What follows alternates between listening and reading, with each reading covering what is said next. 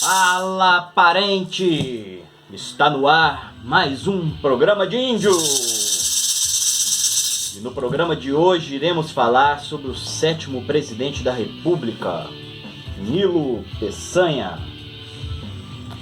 Nilo Peçanha, carioca, como a gente falou no vídeo anterior, o presidente Afonso Pena morre e assume seu vice, Nilo Peçanha. Nilo Peçanha já entra com a iminência de um novo golpe. Sim, o cara era vice e a história do Brasil sempre registrava que esses blocos hegemônicos não aceitavam esses vices, né? Sempre queria dar um jeito ali. Então o cara já entrou meio com medo, mas conseguiu terminar seu mandato. Uma das características do Nilo Peçanha era que ele queria diversificar a economia.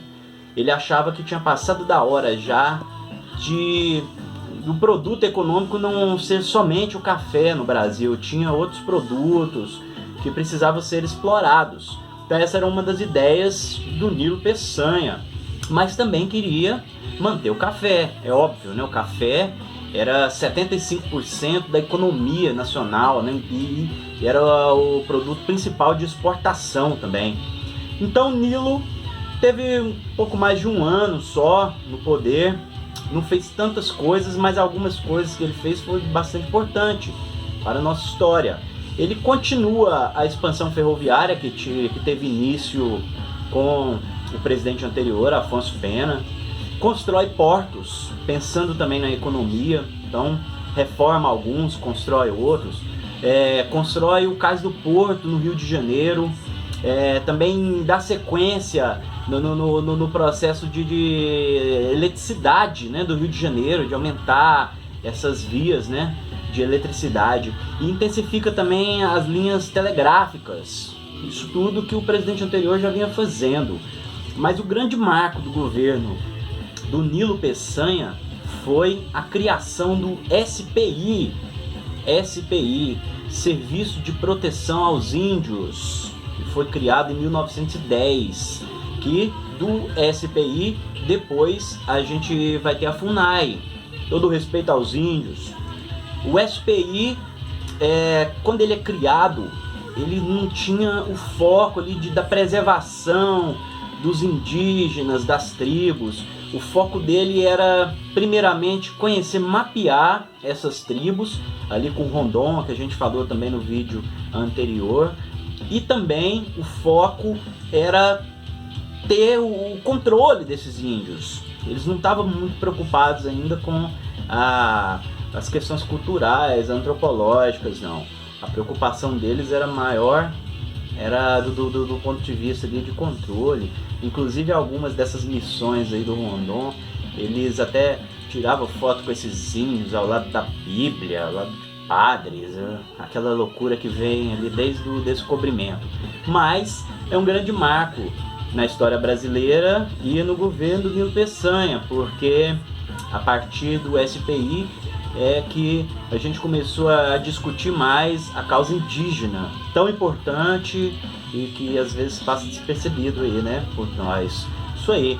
Também é no governo do Nilo Peçanha que tem a criação da Escola de Aprendizes e Artífices. Que vem a ser essa escola? Era o que hoje é o Senai, por exemplo. Era uma escola que ensinava, uma escola técnica para preparar as pessoas ali para o serviço, para o trabalho, mas que não tinha viés militar. A gente tinha uma escola anterior, mas ela era militar. Então essa já era uma escola civil que preparava ali a mão de obra. Nilo já estava também pensando, e os presidentes anteriores também, né? Mas já estavam pensando em formar mais mão de obra, porque as indústrias estavam começando a surgir no Brasil. Também no governo do Nilo Peçanha tem a criação do Ministério da Agricultura, Indústria e Comércio, que depois eles são divididos e tal.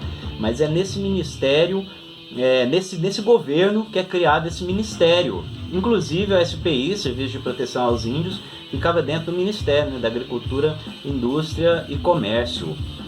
O Nilo Peçanha tinha uma característica de querer apaziguar A gente estava vindo, como a gente está falando nos outros vídeos, vindo de vários problemas, de confronto entre blocos, o poder sendo dividido ali, sendo buscado a todo custo.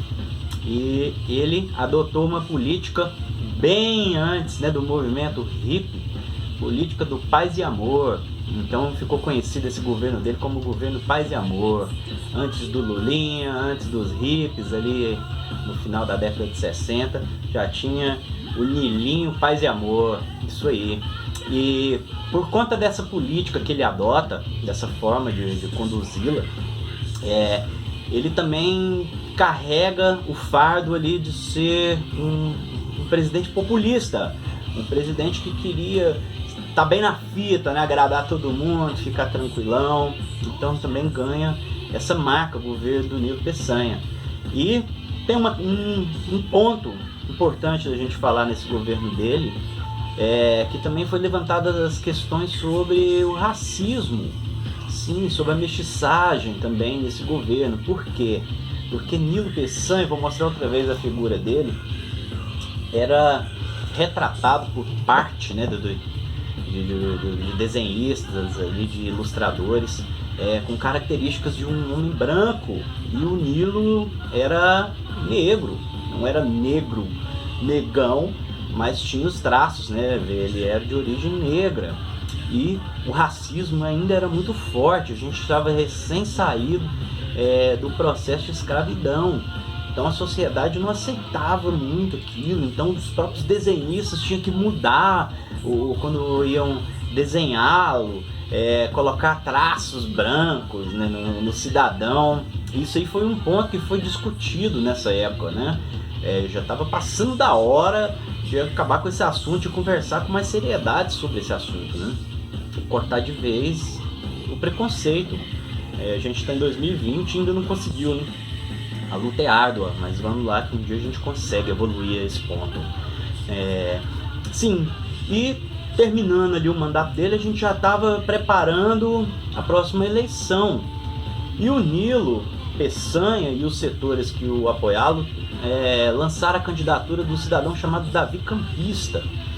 Mas também foi lançada a candidatura do Hermes da Fonseca. Hermes da Fonseca, outro militar, marechal.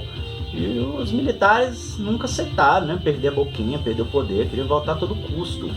Mas esses setores mais apoiados ali pelos coronéis, pelos barões, as oligarquias, a escola positivista também um pouco dividida agora, apoiando o Davi Campista, que era o candidato do Nilo Peçanha, e os setores militares e outros da sociedade apoiando o Hermes da Fonseca. E o Nilo tinha toda a chance de conseguir fazer seu candidato, né, o Davi Campista. Porém, nos governos anteriores, principalmente o do Afonso Pena, os militares ganharam muita força por conta de ações que o Afonso Pena tomou e que acabou por favorecer a vitória nessas prévias aí do Hermes da Fonseca. Uma delas foi que, com a construção de ferrovias e telégrafos, a expansão, precisava de força militar para fazer a proteção. Então o Afonso Pena investiu bastante nisso, aumentou as tropas, né, designadas para fazer essa proteção dessas ferrovias e desses telégrafos. Também tem início no governo do Afonso Pena algo que lá em 1916 vai acontecer, que é o serviço militar obrigatório, esse que hoje a gente completa 18 anos, tem que ir lá, não é? Alistar e parará. Então, em 1916 ele sai do papel por conta da Primeira Guerra Mundial, que começa em 1914 e vai a 1918.